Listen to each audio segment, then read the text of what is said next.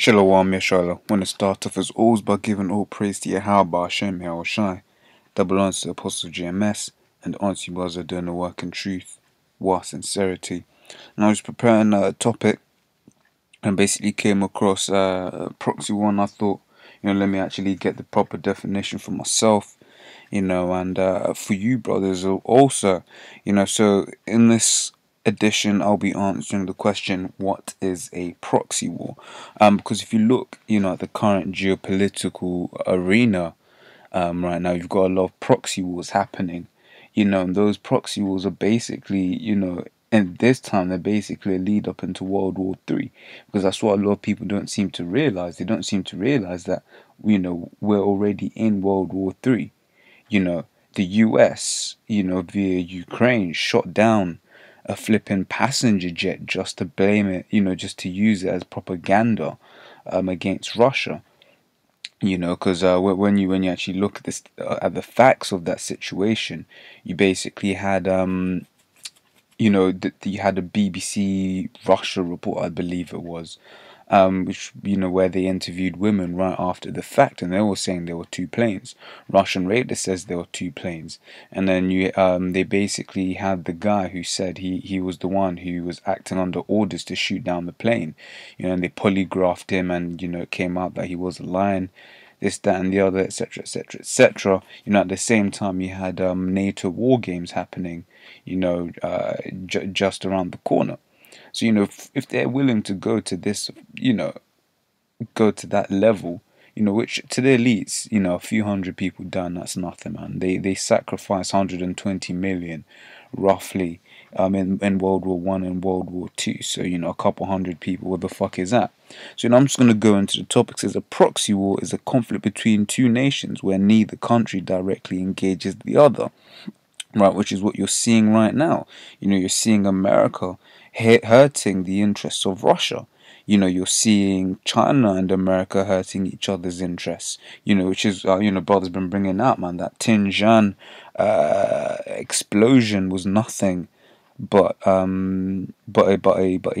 strike with what is referred to as the rod of God.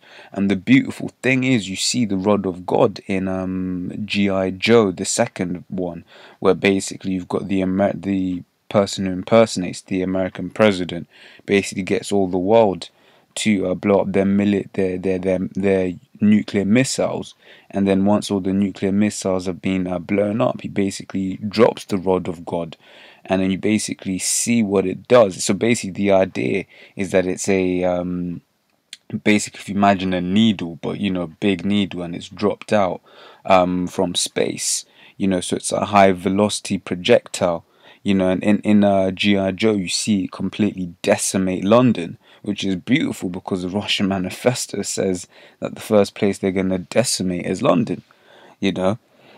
So carry on. Says, while this can encompass a breadth of armed confrontations, its core definition hinges on two separate powers utilizing external strife to somehow attack the interests or territorial holding of the other. So just like how America wants to go into Syria, but they know Syria, Syria and Russia have a pact going on, and they can't just go into Syria like that, which is why you have ISIS, which is why they created ISIS. Because I'll be honest with you, man, I've been wanting to do a video on it also, and the elites don't care about no fucking Muslims, man. The Muslims ain't they ain't a problem to them, but this whole setting up ISIS thing, it helps kill two birds with one stone. It helps, push on regime change against Assad, without having to actually go on a full-blown military war against Syria, and it also helps to demonize the Israelites, right? Because what it is basically the risk they take by, straight putting us out there on TV is that people are going to look and they're going to be like, no, actually, I don't disagree with anything they say, and people are going to be woken up. Whereas if they do the whole ISIS thing, people, and the way they describe these so-called Islamic terrorists, extremists, they describe them as Israelites. So when people go past camp, they're like, wait, these are this is ISIS kind of thing, and they basically have that hatred, so it's killing two birds with one stone there. So I'm going to get a quick definition of proxy war. This is a war instigated by a major power which does not itself become involved. So this is basically a hitman, not a hitman, more of the Don, because the Don doesn't ever get his blood dirty. Not his blood dirty, his hands dirty, man. The Don Slakia basically gets his henchmen to do dirty work for him, which is what's going on at the moment. And then I saw some, I saw this article. It's a bit of a read, but I think the history is worth going into, so I'm just going to read through it as quickly as possible. It says, though the United States and Soviet war have never went to war with each other, Soviet Union have never went to war with each other, they found alternative ways of furthering the Cold War agendas. Both superpowers, along with their partners, sought to influence the political and economic development of smaller nations, right, particularly in second and third world countries in Africa, Asia, Middle East, and South America. They did this in a variety of ways, ranging from providing moral and financial support to friendly political groups or leaders, though through to the supply of arms, equipment, or military training. And that's the thing. It says here, ranging from providing moral and financial support. And basically, one of the ways they do this, man, is basically they'll set up agreements and say, we'll give you money, but you just basically have to do this and that for us. You have to embrace our, what do you call it? You have to embrace our ideology. Which is why whenever one of those African countries say we're not down with homosexuality, what does the IMF say? IMF goes around, or rather European Western governments, we'll cut our aid to you. Which is how they get that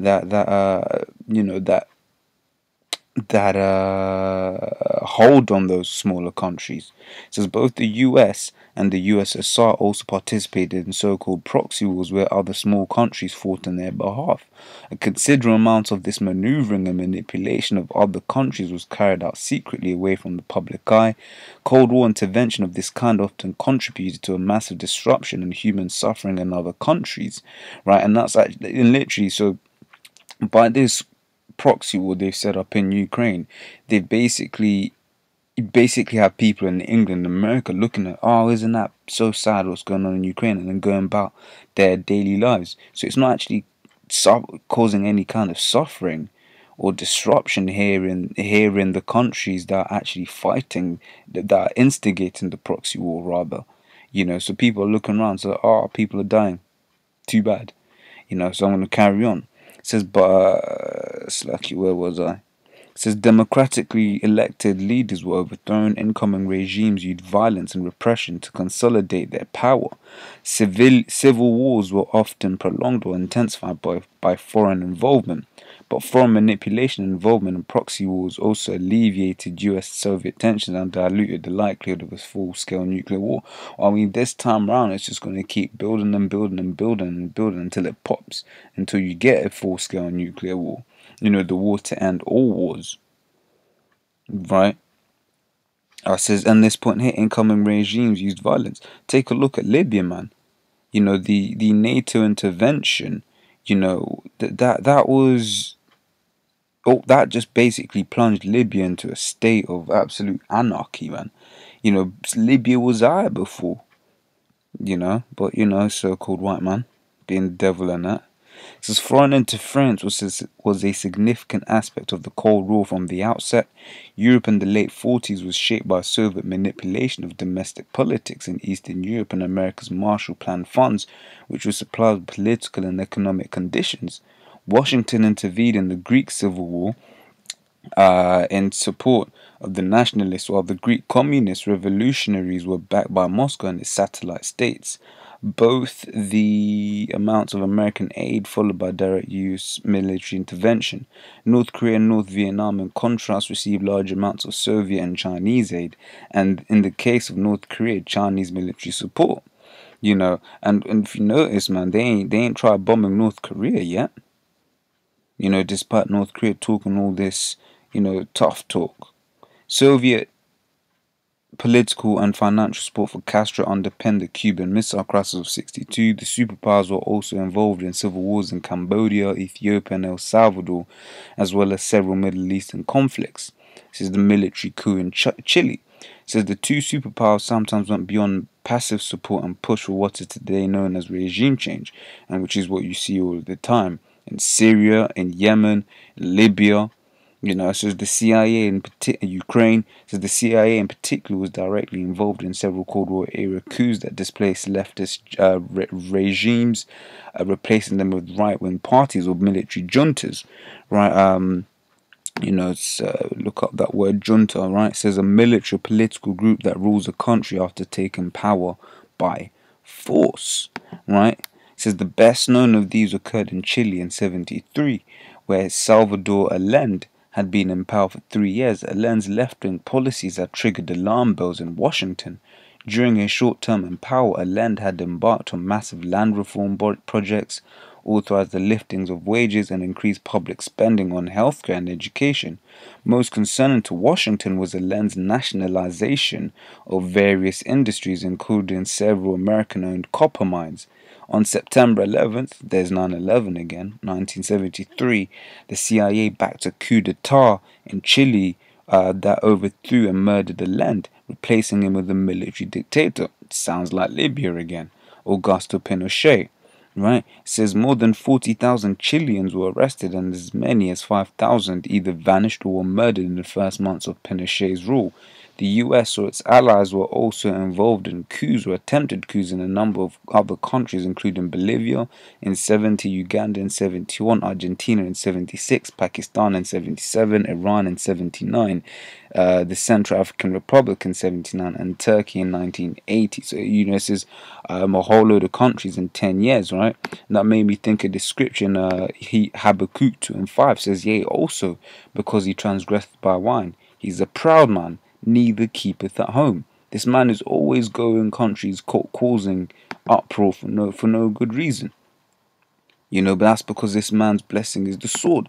This is Genesis 27:39. It says, and his father answered and said unto him, behold, thy dwelling shall be the fatness of the earth and of the dew of heaven from above, and by thy sword shalt thou live, and shalt serve thy brother. And it came to pass. So that's the point. It says, and by thy sword shalt thou live. A sword is any killing instrument. That's what's meant by a sword. It says Africa was another staging ground for Cold War maneuvering. It says the most powerful nations on the continent was South Africa, a former British colony from 1948. Was ruled by a white minority government. In 1950, South Africa passed the suppression of you can read that. So it says the Grenada invasion. Some proxy wars were fought on the doorstep of the US. The Central American country of Nicaragua was ruled by military dictatorship until a left-wing rebel group, the Sandinistas, seized power in '79. 2 years later, incoming US President Reagan condemned the Sandinistas for their ties with Cuba and the USSR.